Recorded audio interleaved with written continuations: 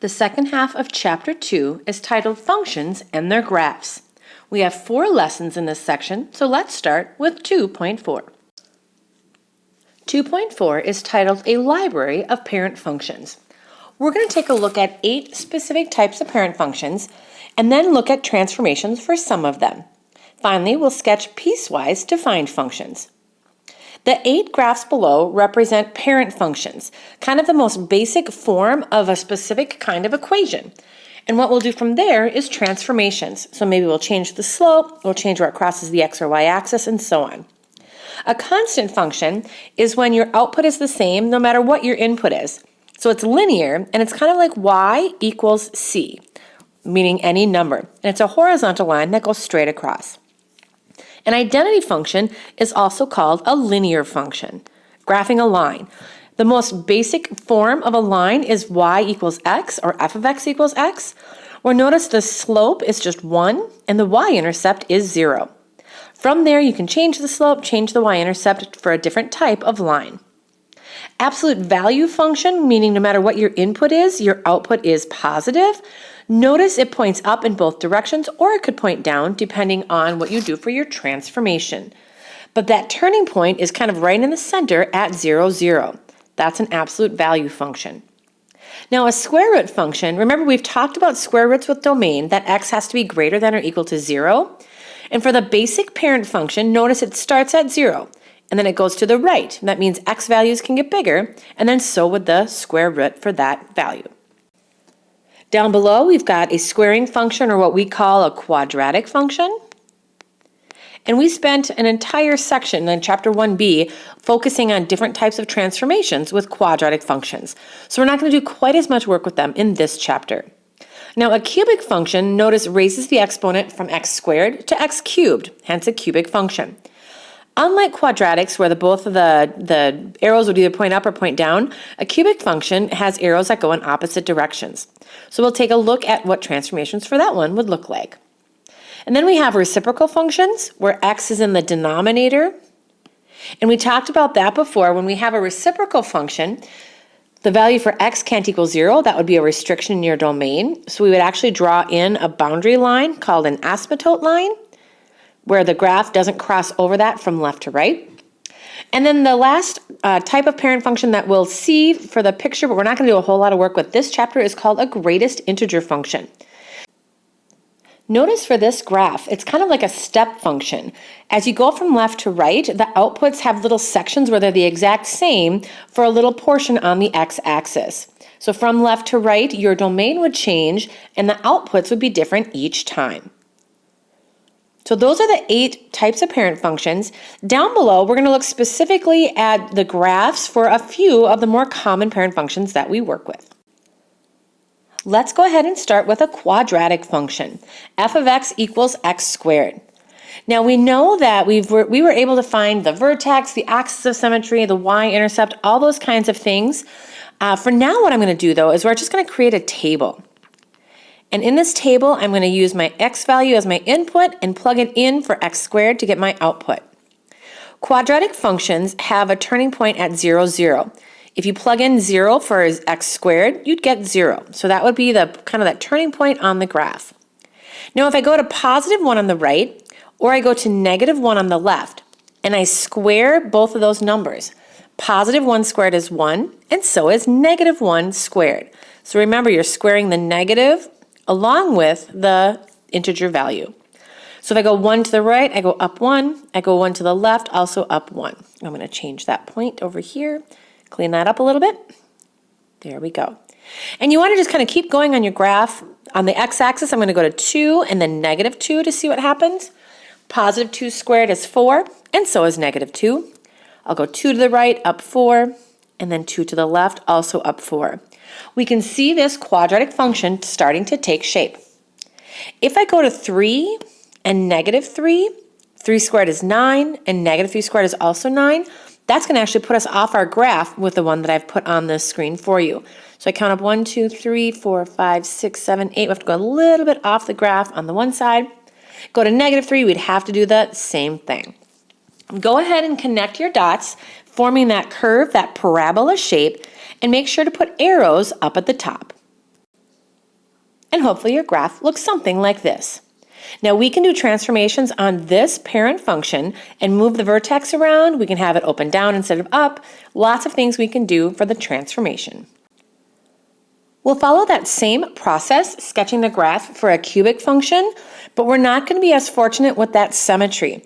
If we create our table, and we kind of look at the graph up above for the cubic function, that turning point in that curve is again at 0, 0, because 0 cubed is 0. So we'll start kind of in that center again. Now if I go 1 to the right this time, 1 cubed is 1. But if I go 1 to the left and we take -1 and cube it, -1 times itself is actually going to stay -1. So here's where the graph is kind of tricky because it looks like it could just be linear. Looks like it could just go straight through those 3 points. But watch what happens when we plug in 2 and -2. 2 cubed is 8. And -2 cubed is -8. So as soon as I go to 2 to the right, we go all the way up. We're at the top of our graph. So you can see we're not going to be able to draw a straight line through those 4 points. And if I go to -2, I actually go to that bottom part of the graph. And if we tried 3 and -3, we would be completely off our graph. 3 cubed goes all the way up to 27. Way too big. So we're not going to plot that. And we're not going to plot -27 either. What we want to do then is try to draw a curve, through these points and kind of really show that turn right in the center. See if you can have an arrow at the bottom, go through those 3 points in the middle, and stop with an arrow up at the top. There we go. Hopefully your graph looks something like this one, where it is nonlinear and it has arrows going in opposite directions. Next, let's take a look at the reciprocal function. This function is going to be unique again because we've got x in the denominator. And this means we have a rule for our domain. And we haven't had that yet in the other 2 functions. Remember the rule for fractions? The denominator can't equal 0. So that means x can't equal 0 either. That's our rule for the domain. When we make our table then, we can't start with 0. So that's kind of different. To show on our graph that we can't plug in 0 for x, I'm going to draw in what's called an asymptote, or a borderline. Our graph will not cross over anywhere where x is 0, which is ultimately the y-axis. If we can't plug in 0, I'm going to first start by just plugging in positive numbers. I'm going to plug in 1, 2, and 3. If I plug in 1, 1 divided by 1 is 1. So that's not a big deal. That's easy enough.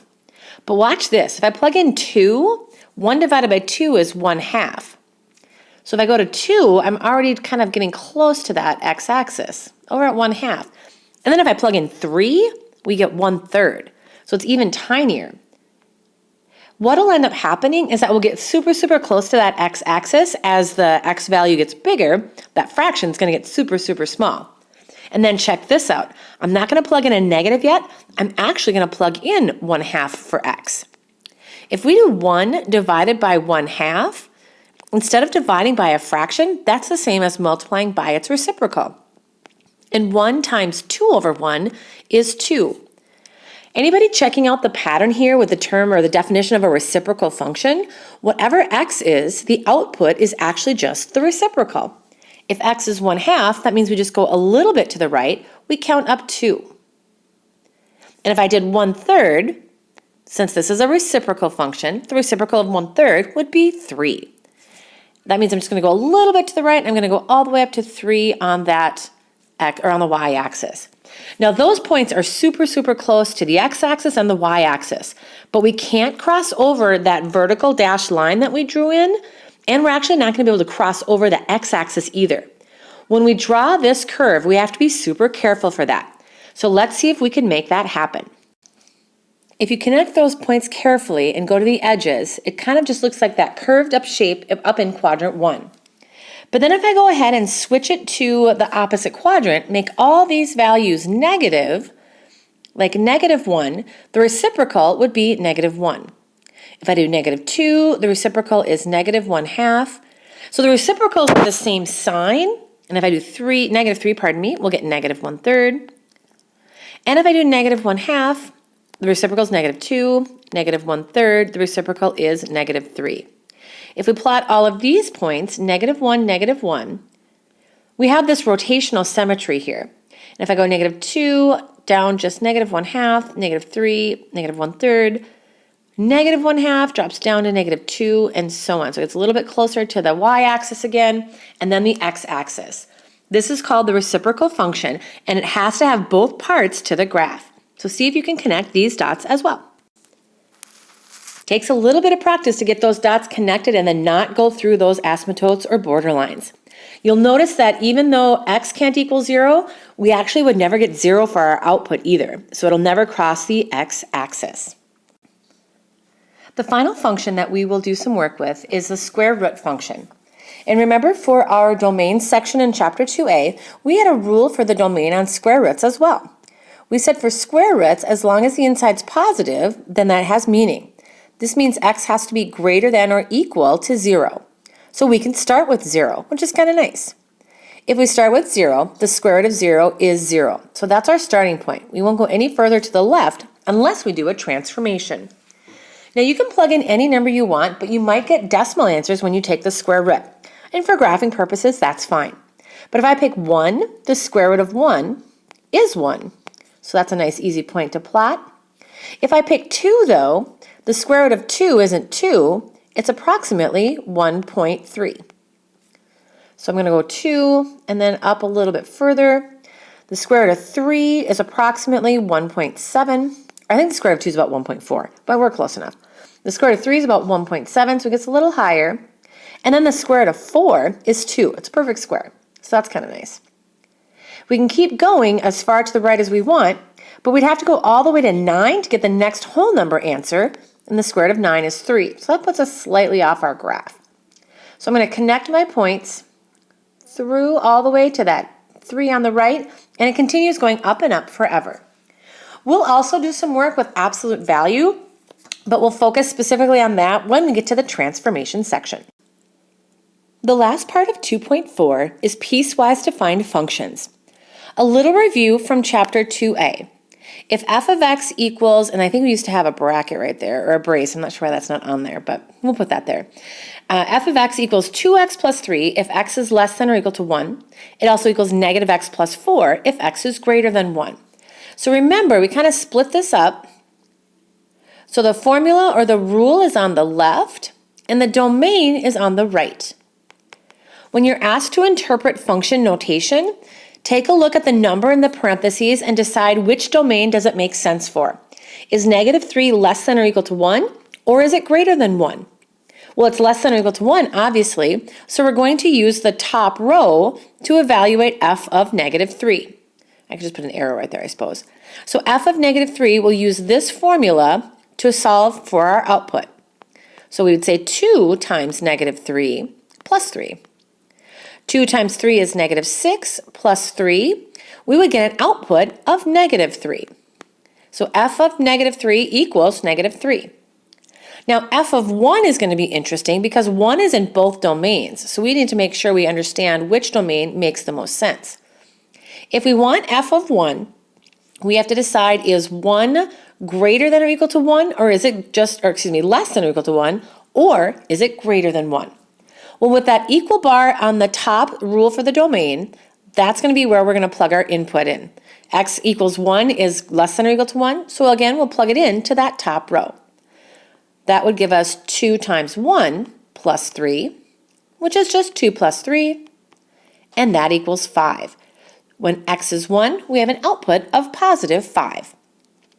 Taking a look at that last one, f of 3. Now if we want to evaluate, we have to figure out which rule makes sense for 3.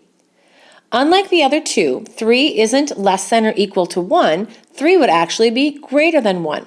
It fits in the bottom row of the domain. So that means we use the rule on the bottom to evaluate. If it's negative x plus 4 and x is 3, negative 3 plus 4 equals positive 1. So that's what we did back in Chapter 2a. We just had one input and we found its corresponding output value. In this chapter, we'll actually sketch the entire graph of the function. When we do that, we're going to make a table for each rule and use the domain to help us find input values for the table. When we do this, we're going to end up with things like open circles on our graph, We may have closed circles on our graph, and we may have arrows on one side and or the other. So let's take a look at the function that we just evaluated individual inputs for and sketch the entire graph. So here we have f of x equals 2x plus 3 when x is less than or equal to 1, and f of x is equal to negative x plus 4 when x is greater than 1. I'm just going to take one row at a time, so I'll start with the top row. Essentially, it's just like graphing a linear function, but we have a specific start point and a specific way we can plug in our values from there. If we say f of x equals 2x plus 3, and the domain is x is less than or equal to 1, we're going to start with that domain value. We're going to start with 1. 2 times 1 is 2, plus 3 is 5. And notice it's less than or equal to, so we know that that's going to be a closed dot for the beginning of our graph. Closed. There we go. So go to 1, 5 and just plot your point. Now the rule for the domain is x is less than or equal to 1. So now when I think about another number I can pick, I have to pick numbers that are smaller, like 0. 2 times 0 plus 3 would be 3. So I'm going to go 0, 3, like so. I can pick negative 1. 2 times negative 1 is negative 2, plus 3 is 1. Put it there. And I can keep continuing. Notice the slope is 2, so I'm kind of counting backwards, and I can just count down 2 over 1 and go all the way to the edge of my graph. And it could continue on forever. So what that means for this is that we have that closed circle on the right where 1, 5 is, but the line goes forever on that left-hand side. So because we could continue, we put an arrow at the bottom. And that's how you do the first part. For the second part then, we just take that formula or that rule and we create a new table. So it's really just a bunch of individual kind of equations that we'll sketch graphs for, knowing that we have a certain start point and we may or may not have a certain end point, just depending on what our domain rule is. So in this case, we have to start greater than 1, but here's the trick on this one. I'm actually going to use 1 as my start point. And if I plug in 1, negative 1 plus 4 would be 3. But on my graph, when I go to 1, 3, I'm actually going to start with an open circle since it's x is greater than 1 and x doesn't equal 1 for this part of the graph. So at 1, 3, I'm just going to put an open circle here for that boundary. And then anything from there is closed. So it's just going to be that starting point. A number that's greater than 1 will go with 2. Negative 2 plus 4 is 2. So we'll go over here. Plug in 3, negative 3 plus 4 is 1. Go 4, negative 4 plus 4 is 0. And the graph is going to continue all the way to the right. Because it can go on forever and ever on that right-hand side, we're going to have another arrow on that side. We start with the open circle and just connect it all the way through to the edge and draw our line. And that's where we'll end for today. Tomorrow we'll take a look at the piecewise function on the right for g of x. Notice it has 3 different rules with 3 different domains, so we'll just have 3 tables when we're done.